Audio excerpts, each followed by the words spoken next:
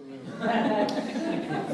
in the middle of writing a new novel, and when Evan said that the motif for tonight was adventure, I felt like reading from this novel in progress made a lot of sense, because one of the characters has a closed head injury. So as I've been putting his perspective together, I'm completely liberated from grammar, spelling, punctuation, whatever. So it's been a ton of fun to actually put on the page. But the adventure will be tonight when I have to kind of bring these sentences to life out loud for all of you. So we'll see how that actually works out. Each chapter has a title, and this one is called Karp and Scrambled Eggs. Holy cats, is that a Corvette in your trousers? Or are you just happy to make the illustrious acquaintance of yours truly, Balloon Boy? I'm sorry for you to have to hear things coming klutzy from the likes of me. I'll do my best to KISS. Keep it simple, stupid. This is on account of the Karp and scrambled eggs sloshing inside my cranium. Because ever since I tried to fly the friendly skies and landed with a thump, splat, ouch, I can't speak buku good. So let's begin this illustrious broadcast when me and my dad and Uncle Felix are outside our house in Trowrig, Nevada. They're what laymen call drunk. I am what laymen call tired of watching them get drunk. The three of us stand out front, armed with our fly fishing poles. We cast down the street so our lures land on asphalt, yet we whip them about like we're knee-deep in a stream, expecting a trout to nibble any second. Asphalt practice is better than nothing.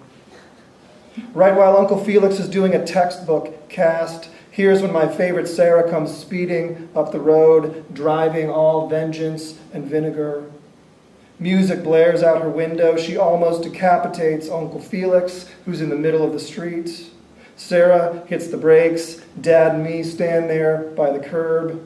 Him guzzling straight from the whiskey bottle. Uncle Felix goes fast towards Sarah's window and lifts his boot from the road and kicks her side mirror, which goes flying from the car, and he says, "Are you fucking crazy driving like that?" My dad shakes his head and points toward Sarah's car and says to me, "Your girlfriend really did it this time, Rodney." He means Sarah's my old sweetheart from back in 8th grade, back before the balloon went up with a passenger joyride stowaway. Me flying the friendly skies, back before what goes up must come down and thump, splat, ouch. I don't enjoy watching any damage happening to Sarah's car, and there's me calling to Uncle Felix, "You be nice to her." "What'd you say?" he says. See, I'm not so well hung in the talking department. So I try to keep it simple, stupid, and say, "Be nice." "Stay out of this," says Felix. "Be nice. I won't do nothing to her." The music still blares from her car, a rock and roll song spectacular at the top of its lungs. Sarah goes wide-eyed and then kills the volume, and I would like to hear that whole song someday. "Don't hurt my car," says Sarah, a tiny thing that someone shoved in the dryer without reading her tag first. Barely 5 feet, she doesn't look at me or say hi or nothing, her eyeballs staying trained on my uncle. Ever since the thump splat ouch, me and Sarah haven't been buku close. "You almost fucking killed me," Felix says to her. "Why can't you drive like a normal person?" "What do you know about a normal person? You're fishing in the goddamn road."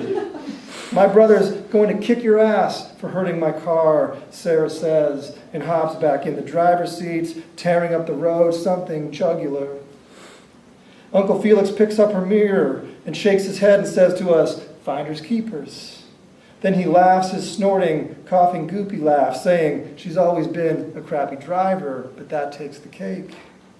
Uncle Felix throws the mirror on our lawn, and we went back to what us remaining members of the Curtis clan were doing in the first place, practicing our casts on the asphalt, them enjoying their illustrious whiskeys, me wishing they weren't quite enjoying so much of them.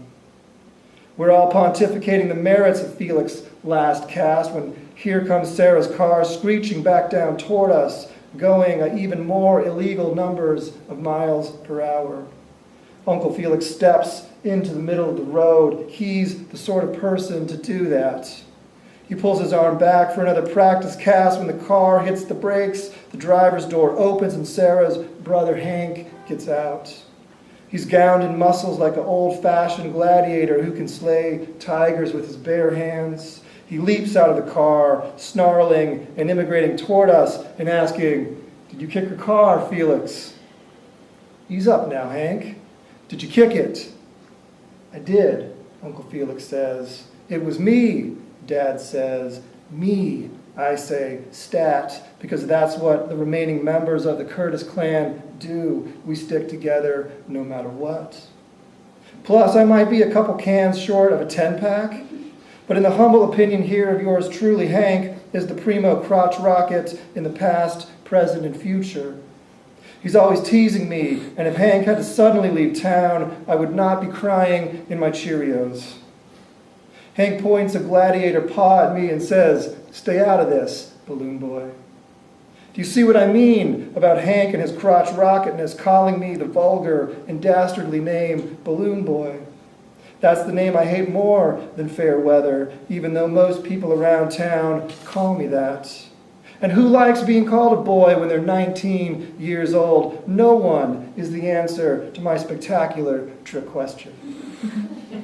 "What kind of man scares a girl?" Hank asks, snarling still, his hands in fists and ready to dismantle us Curtises. Uncle Felix throws his fishing pole down on our lawn, saying, "The kind who almost gets made fucking roadkill by her crazy fucking driving." "Give me your mirror back," says Hank. "That's my mirror now," says Uncle Felix. "It's mine," says Dad. "Mine," I say. Hank spots Sarah's side mirror lying snapped and jagged on the lawn, and he turns toward it, walking all military in shoulders and defiance. "Don't touch that," says Uncle Felix, but Hank picks the damn thing up and threatens each witness from the Curtis clan. "Don't you treat my sister like that again or else," he says, grabbing the mirror and going back across the lawn and stepping and cracking one of our fishing poles to prove his point. But in a way, he's also proving my point about him being a crotch rocket of buku proportions. Doesn't take a Rhodes Scholar to know the answer to that one. Uncle Felix is mighty pissed once Hank stomps on it and says, "3 of us against 1 of you, motherfucker." "You gotta be kidding," Hank says. "You gotta buy me a new fishing pole." "What's wrong with you guys?" Hank asks. Felix storms toward Hank. Dad sets the whiskey down on the lawn because it takes the 3 remaining members of the Curtis clan fighting like one super clan man to bring down the town Neanderthal. Better batten down your hatches, boys and girls, for the main event.